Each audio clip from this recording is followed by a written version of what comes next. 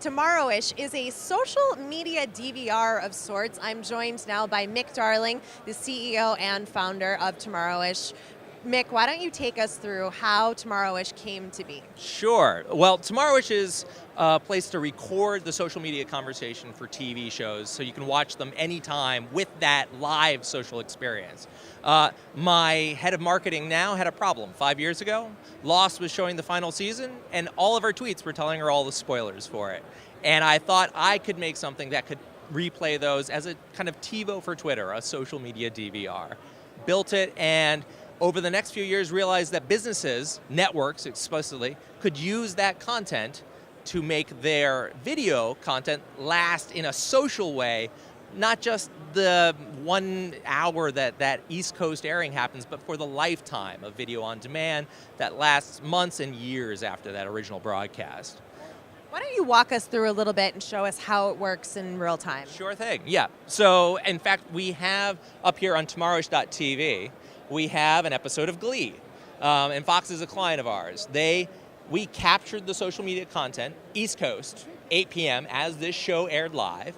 We saved it. We have curated it automatically. And in fact, if you look over on the other screen, you can see the way our automatic curation tool works. It X's out or A's all of the automatic ones in red saying, no, we don't want to display that message.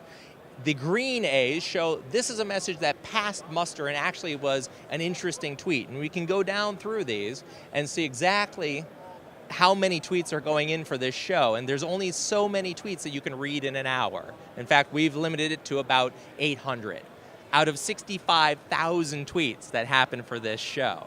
So we had to make this so it automatically figured out what was the best content to show people. The way we do that is by looking at, is it a big sentence? Does it have real words in it? It's 50-cent words instead of penny words. Glee night, right here, is less interesting than something that actually talks about the songs and gives links to other things like that. So that's what we do to make a more interesting piece of content for it. And we can display it here on our own site, tomorrowish.tv, but we also display it for Fox on their Fox Now app, showing the activity that goes along as the show airs, seeing spikes in activity in Twitter.